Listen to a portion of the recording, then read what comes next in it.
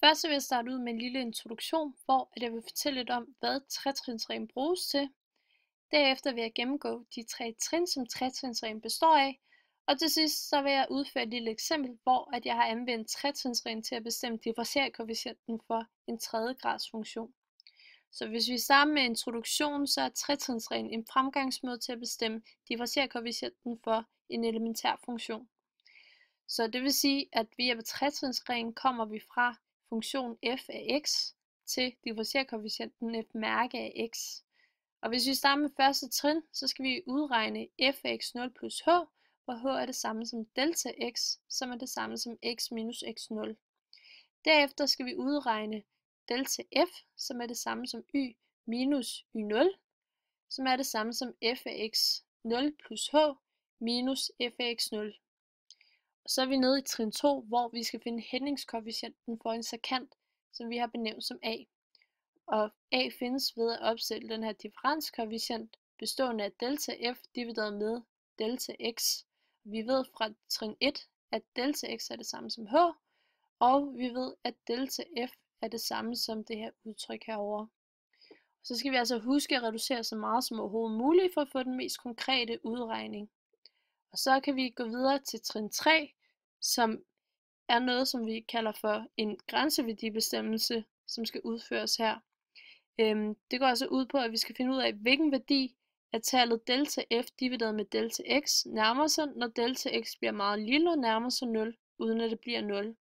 Det kan vi altså skrive op, som jeg har gjort her. F mærke af x0 er det samme som lim, og lim er det latinske ord, som er forkortet lims, og det betyder grænse. Og det skal vi finde for delta f divideret med delta x, når h går mod 0.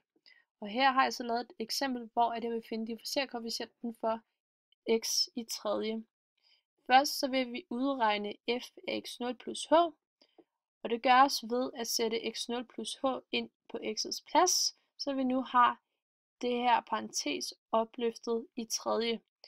Og for at gøre det lidt nemmere for os selv, så har jeg så valgt at opstille regnestykket således, for at kunne anvende kvadratregnereglen, som jeg har skrevet op herude i siden. Og det ganges så igen ind i den anden parentes, og vi får det lange udtryk her, som vi reducerer yderligere til det her, og har nu fundet ud af, hvad f af x0 plus h er.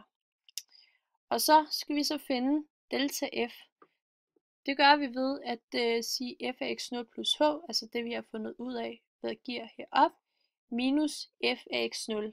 Og f af x0 findes på samme måde som før, ved at sætte x0 på x's plads.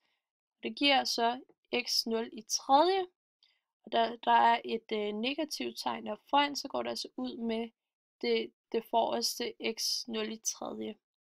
Så vi har altså, at delta f giver det her, og vi kan så sætte det op i tælleren i trin 2, og h ned i nævneren. Og det reducerer vi yderligere til at give det her udtryk hernede under, og så kan vi sætte det ind i grænseværdibestemmelsen i trin 3, og vi ved, at h går mod 0, så h skal være lige med 0, og når h er lige med 0, så giver det altså 3x0 i anden, og for at tjekke op på, om det her nu er sandt, så kan man altså anvende den anden regneregel, som vi kender fra differential